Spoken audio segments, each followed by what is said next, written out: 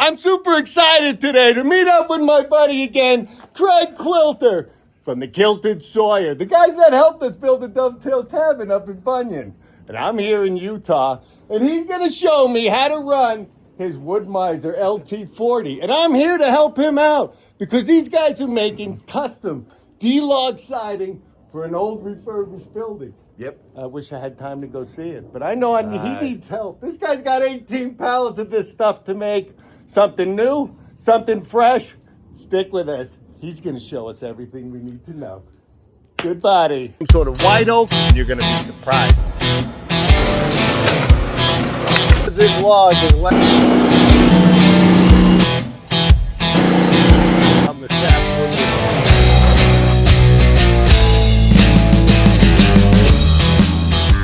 This is actually a one-man sawmill operation.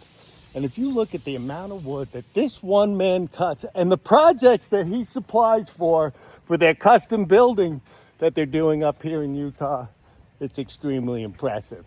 So he's not cutting 2x4s and 2x6s for framing. He cuts all their custom wood. And the amount of material that this man has is truly incredible. I know he was always a hard worker when I first met him last year. But when you come and see exactly what's going on, for one man, a dream, a sawmill, you guys can get anything done. This takes a little grit, little perseverance, but my man already at it, and that's what we're doing. And I've never seen this stuff before. He's going to teach me how to cut the D-Log siding that they're doing to restore an old cabin up in Utah. I wish I had a chance to go see that, but I'm happy enough to just be here with my buddy, helping out, and he's gonna let me run his LT40 Wood-Mizer. You guys know, I'm with a milk guy. So this is gonna be fun just to run his saw, have something pro to go with, and I'm gonna help him get all this D-Log siding, because the 18 pallets that they need, he's got some work ahead of him. So let's see what he's got. Show me how to do it, and we'll go from there. How many of you guys have ever made rustic D-Log siding for a log cabin? We're restoring an old cabin up in the mountains of Utah here, and we need to make 18 pallets of this stuff that I have never made before. This is fun, easy. And look how cool that looks when it's going to be installed. Nothing more rustic than using D-Log siding. And cut this way, it looks beautiful. This is an actual one-man sawmill operation. So if you don't think that you can actually do the things that you can do for just one man, everybody says, hey, I'm just one guy. This man has actually got wood in every direction of this property. Hey, Ricky! And Ricky Bobby sometimes actually helps out. But it looks like right here, this is a daily activity for my friend. He just keeps sawing and sawing. So it was very cool to come out here, and he's going to let me run his Wood-Mizer, which I never have. Fully hydraulic. Look at this backyard. Okay, one guy, two saws, and a dream. That's all we need. So he's gonna show me how to run his saw. We're gonna cut some custom D-Log siding I have never seen before. Yeah, fire that up. Let's do it. So normally we got to do is you got to pick the head up out of the way. Pick the head up get out the of the log way. lifters. Read the clamp all the way down and out. So the clamps are back here. All the hydraulic controls are back here. Oh, okay, very. As you're up and down on the clamp, in and out. Back stops are the third up. See, I don't know if I actually got that. I didn't even see that, and we were working on this machine last night. Yeah. So they do have very similar hydraulics to the system that I have. Well, I haven't run this for a minute, so take a minute for it to warm up. It'll get quicker, but We just took this one out because he's been running his 50 back there. And I'm here to help him make a bunch of D-logs that he needs to get out by next week. And we want to spend some time at the lake too. Oh yeah.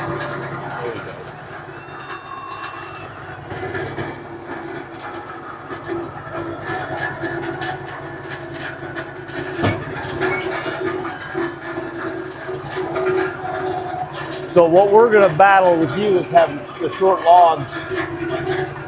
Okay, because they're just making... depending on the size of the log, yes, your taper... I got you. You know what I mean? We got to position that log. Okay. So it's okay. We'll want to bring this side up. Right. That's light enough to do that. Yeah. That's light enough to do that.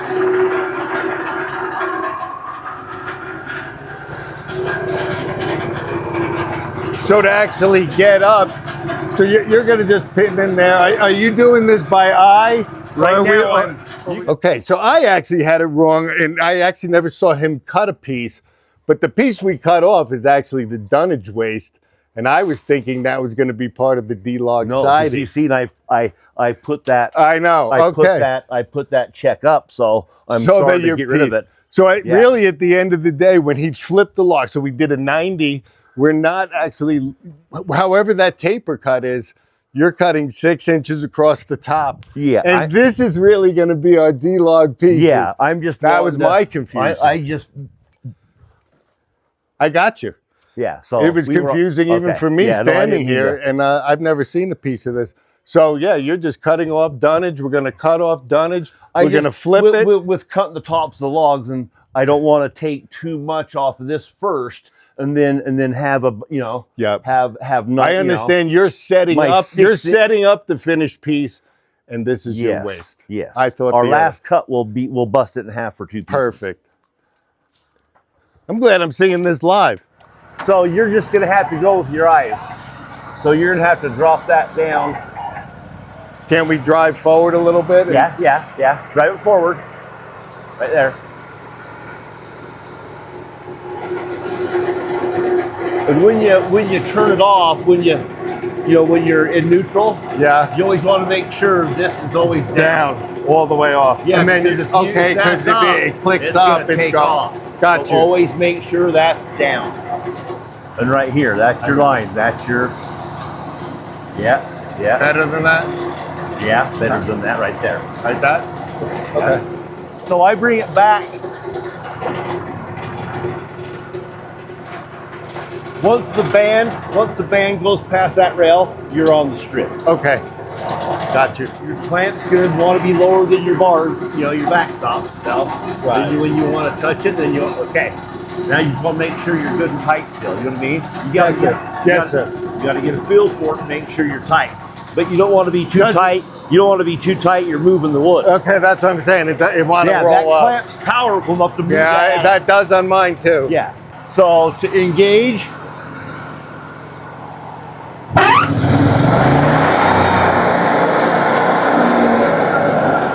Okay. And that just has to be on the contact strip. Yeah. Well, the contact strip to run the hydraulics. Okay. At any time you could do that. You can do all this at any time. The hydraulics, you've got to bring the head back and be in contact with that strip. Okay. So we're ready to cut. Now we're going to check your pressure. We've dropped, so we want to tighten that up. Does your band drop a lot? That's fine. Well, when you get going, you'll make a couple cuts and it'll even out and stay put. So it stayed at 3,000? Yeah, so 28 to 3,000. all blades, all pipes, 28 to 3,000. You're heavy now. You have to run it, well, it'll go down. Okay.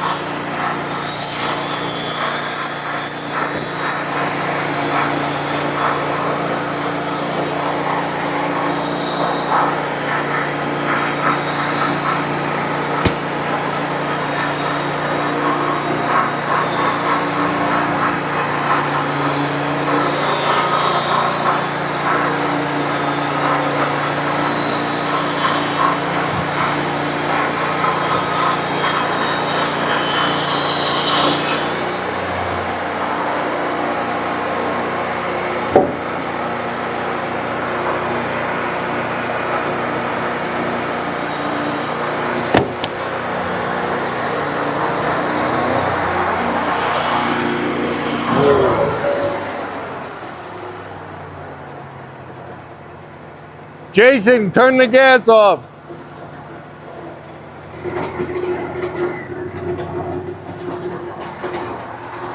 You want to be back in the...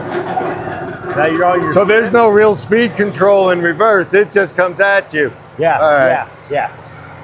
You Turn it get off, right? eyes, I'll want to see where the top of my log is, because a lot of the logs I'm not going to be able to rip them right exactly in half. No. I don't want to be too fat. What is And your I don't your wanna be ideal too thin. thickness that you're looking for? 2.5 to 3 inches, up to 6.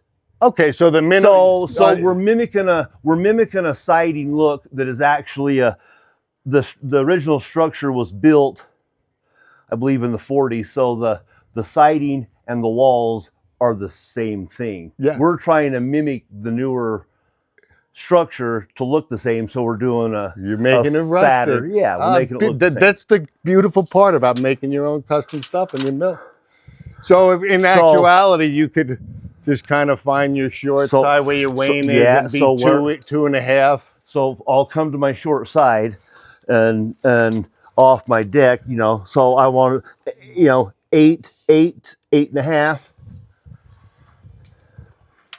8.5. Okay. Be about perfect. So I'll make that cut, then I will roll the piece over, and then we'll just trim that. We'll just trim that thickness off. Yeah. For the for the next side, and you're getting two pieces.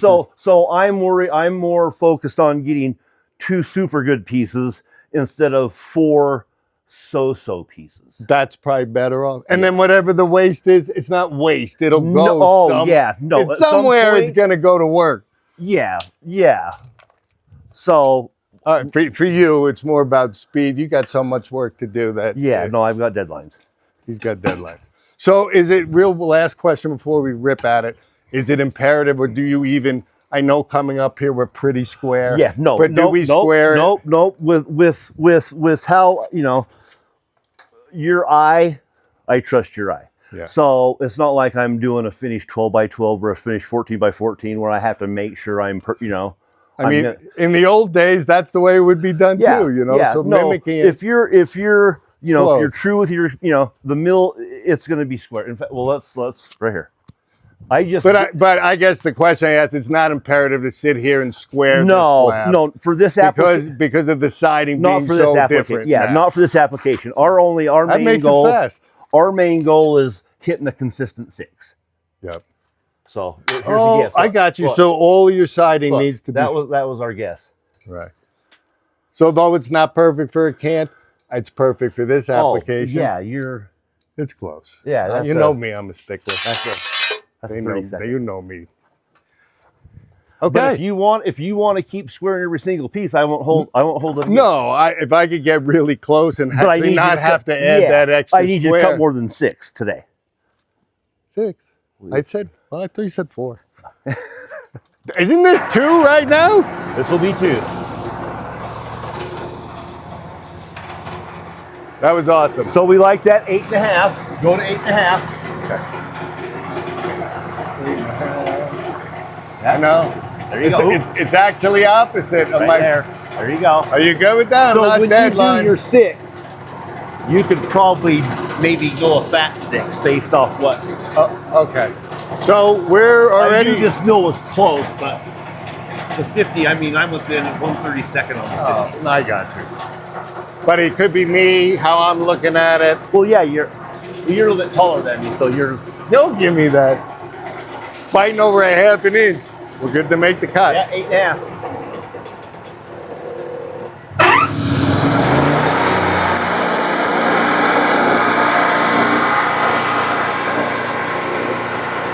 You want to go in? There you go.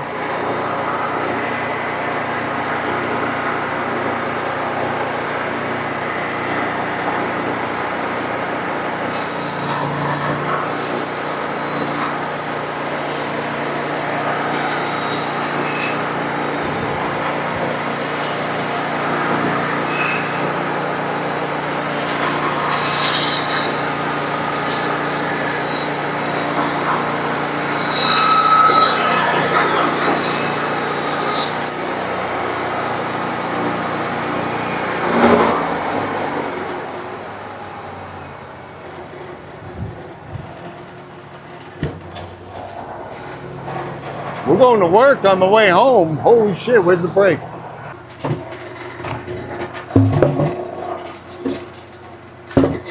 So we're gonna need to come down on these a little bit. Oh yeah. So let's figure on taking off 4.5 inches. 4.5. Are we cool to go?